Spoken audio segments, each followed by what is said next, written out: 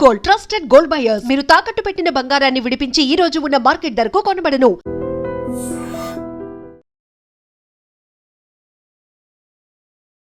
నమస్కారం, welcome to I dream. ధర్మ మార్గం విత్ విజిత కార్యక్రమానికి స్వాగతం.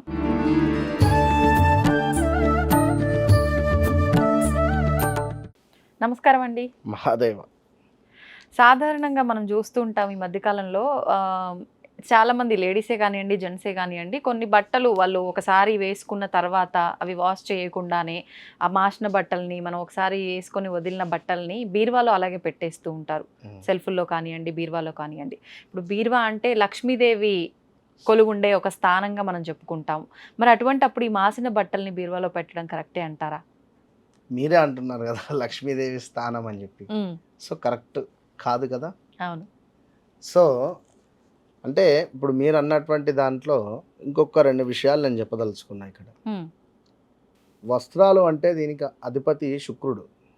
ఓకే, ఎప్పుడైతే ఈ యొక్క వస్త్రాలను ఎవరైతే శుభ్రంగా వేసుకోవడం కానీ, వస్త్రాల పట్ల కొన్ని చేయరాని తప్పులు అంటే ఇప్పుడు మీరు అన్నటువంటివి పట్టు చీరలు కానీ ఇంకేమైనా కొంచెం కాస్ట్లీ రిలేటెడ్వి ఏదో ఒక గంట 2 గంటలు మాత్రమే మేము వేసుకొని ఉన్నాము, మరలా దీన్ని ఈ డ్రై వాష్కి కానీ ఇవంతా ఎందుకు అనేటువంటి వారు బీరువాలో పెట్టడం మూలకంగా కొంత దరిద్రం అనేటువంటిది ఏర్పడుతుంది.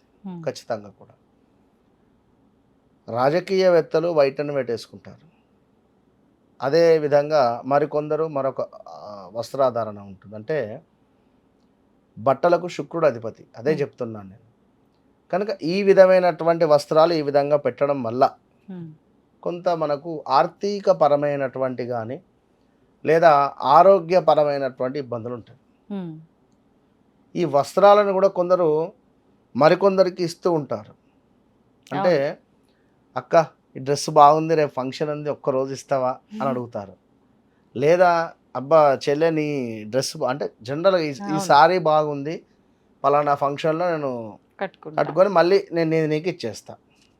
ఇవి కూడా చేయకూడదు. ఇట్లా ఇలాంటివి చేసినా మీరు అన్నటువంటి యొక్క వస్త్రాలను యొక్క పిండకుండా అంటే శుభ్రపరచకుండా బీరువాలో పెట్టినా కూడా జాతకరీత్యా కొన్ని ఇబ్బందులు ఎదుర్కొంటారు. అందులో ముఖ్యంగా హెల్త్ రిలేటెడ్, రెండవది మనీ రిలేటెడ్, ఆరోగ్యం ఆర్థికంగా 2 రకాలుగా ఇబ్బంది పడతాం ఖచ్చితంగా. ఎందుకు మరికొందరు పిల్లల యొక్క వస్త్రాలు చిన్నగా అయ్యాయని కానీ చిరిగిపోయాయని చెప్పి కానీ కింద డోర్ మ్యాట్లుగా కూడా వేసి వాడతారు. అవును, చూస్తుంటాం. అలా కూడా చేయకూడదు. జాతకరీత్యా రాహుగ్రహము అనేటువంటి ప్రభావము మనకు మైనస్ ఉంటుంది. రాహు అంటేనే మనకు నెగిటివ్, విన్నరా. సో ఆ పిల్లలకు సంబంధించినటువంటి హెల్త్ ఇష్యూస్ కానీ అవి ఎవరి అయితే వస్త్రాలు ఉన్నాయో వారికి కానీ కొంత ఇబ్బందికరమైనటువంటి సిచ్యువేషన్స్ వస్తాయి. మరి అంటే ఏం చేయాలంటారట అలాంటి బట్టల్ని? వాటిని శుభ్రంగా ఉతికి, అంటే చిరిగిపోయాయా ఒకవేళ అనుకుంటే వాటిని శుభ్రంగా ఉతికిన తర్వాత కుట్టియాలి. కుట్టించి ఎవరికైనా దానంగా ఇవ్వాలి, ఐరన్ చేసి. చిన్నగా అయ్యాయి, నా కూతురుకు 8 సంవత్సరాలు 5 సంవత్సరాల బట్టలు ఉన్నాయి, అరే ఇవి ఎట్లా, ఇంట్లో ఎవరో పనివారు ఉన్నారు వారికి ఇచ్చేద్దాంలే అని చెప్పి కూడా పిండి ఐరన్ చేసి ఇవ్వాలి. 100కు 200%. ఓకే.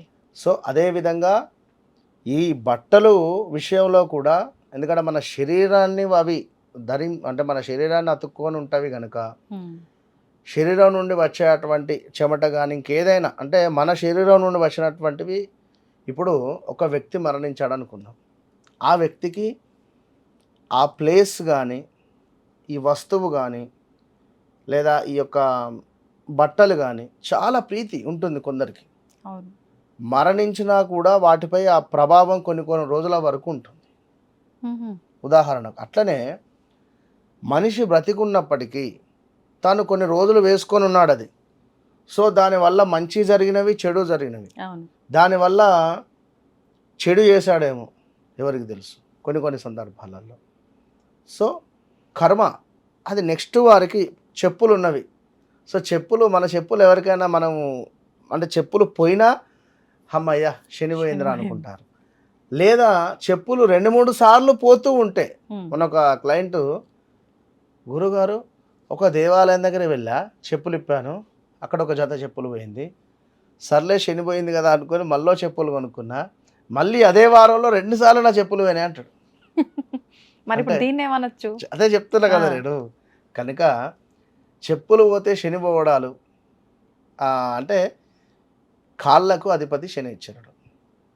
మోకాళ్ళ నుండి కిందికి ఏదైతే ఉంటుందో మోకాళ్ళ నొప్పులు కానీ, ఈ కాలు విరగడాలు కానీ, ఫ్రాక్చర్స్ అవ్వడం కానీ, బెనకడాలు కానీ, ఇదంతా కూడా ఏలినాటి శని, అష్టమ శని, అర్ధాష్టమ శని పీరియడ్లోనే వస్తవి.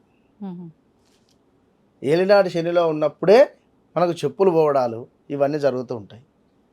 సో ఒకవేళ మన చెప్పులు వేరే వారు తీసుకొని వెళ్ళినా మన కర్మ ఎంతో కొంత మనం వేసుకొని ఉంటాము కనుక 100% వారికి పోతుంది.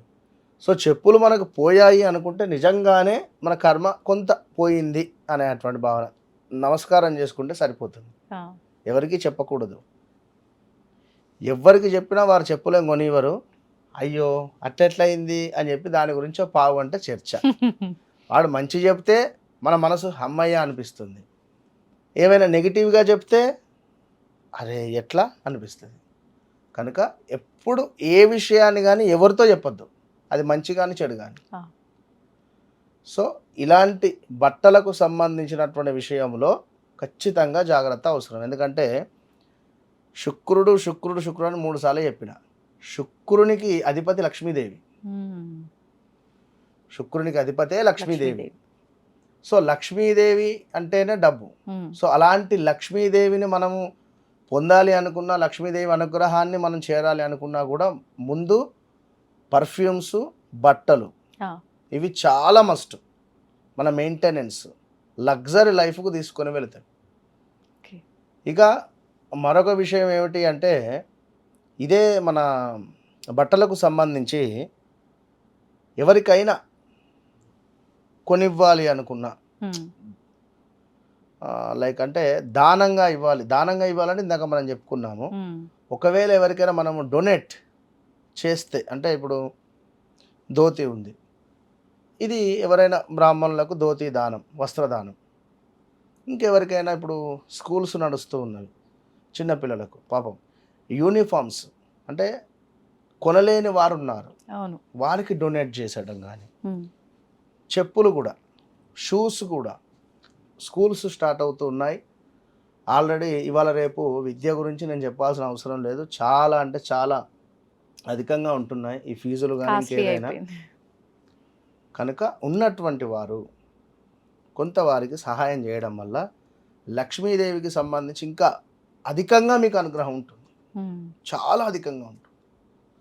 100 రూపాయలు మనం ఇక్కడ డొనేట్ చేసామనుకోండి, 100% 10,000 రూపాయలు అమ్మవారు మీకు ఇస్తుంది, అంతే. ఇప్పుడు చాలామంది ఇంట్లో విడిచిన బట్టల్ని, మాసిపోయిన బట్టల్ని ఏ రోజుకి ఆ రోజు ఉతకకుండా అలానే ఒక వారం రోజుల పాటు పక్కన పెట్టి వీలున్న రోజు వాష్ చేస్తామని చెప్పి పక్కన పెట్టేస్తుంటారు. కొంతమంది ఆ ఉతికిన బట్టల్ని కూడా మడత పెట్టకుండా కుర్చీల్లో, ఆ సోఫాల్లో అలా వేసేస్తుంటారు. ఇలాంటి విషయంలో కూడా ఇబ్బంది కలిగే అవకాశం ఉందంటారా? కదమ్మా, లక్ష్మీదేవి ఇప్పుడు మీరే ఉన్నారు, ఉదాహరణకు ఒక ఫ్రెండ్ ఇంటికి వెళ్తున్నారు. సో మీరైతే ఉదాహరణ చెప్తున్నారు, మీరైతే చక్కగా తయారయ్యారు, వెళ్తున్నారు. డోర్ తీయగానే చక్కగా వారు విజిత గారు రండి వెల్కమ్ అన్నారు. కుర్చీల్లో ఇన్ని బట్టలు ఉన్నాయి, అయ్యో అని చెప్పి ఆ బట్టలు తీసి అటు పక్కన మారేసి కూర్చోండి అని చెప్పి అంటారు. ఒక్క సెకండు ఇవి విడిచిన బట్టలా లేదా ఇంకేంది, మళ్ళీ ఇప్పుడు దీనిలో నేను కూర్చుంటే ఏమిటో ఇంత మంచిగా తయారైన అనేటువంటి పరిస్థితి ఉంటుంది. ఆరా ఏదైతే ఉందో ఇప్పుడు మనం విడిచినటువంటి బట్టలు అవి ఎక్కడెక్కడో తిరిగి ఉన్నాం, సో నెగిటివ్ అయిపోయి ఉంటాయి.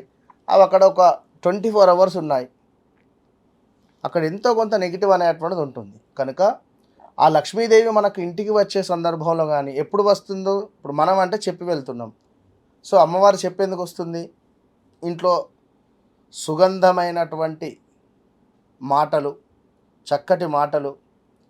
చక్కటి సంభాషణ, సుగంధ పరిమళమైనటువంటి వాసన ఇంట్లో, అంటే ఒక పొగ అంటే లైక్ ధూప్ స్టిక్స్ కానీ ధూపం కానీ, ఇంట్లో సుగంధ పరిమళమైనటువంటి మనకు మన ప్రసాదాలు, చక్కగా ఇలాచి, అందులో అమ్మవారికి ఎంతో ప్రీతి ఇలాచి కానీ, ఈ యొక్క కిస్మిస్ కానీ, బాదం కానీ, పరమాన్నంలో బెల్లంతో చేసినటువంటి అన్నము, అదేవిధంగా ఈ యొక్క నెయ్యితో పోపు చేయడం ఎంతో ప్రీతి.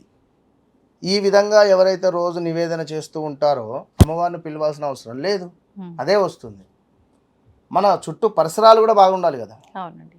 సో అలాంటివి ఎప్పుడూ చేయకూడదు. ఇంట్లో ఆర్థిక పరమైనటువంటిది తరచూ భార్యాభర్తలలో గొడవలు కానీ, కొంతమేర మనీ రిలేటెడ్ ఇష్యూస్, ఈ ఈఎంఐస్ కానీ, ఈ లోన్స్ కానీ, వీటికి సంబంధించినటువంటి బంధంలో వారు ఉండిపోవాల్సి వస్తుంది.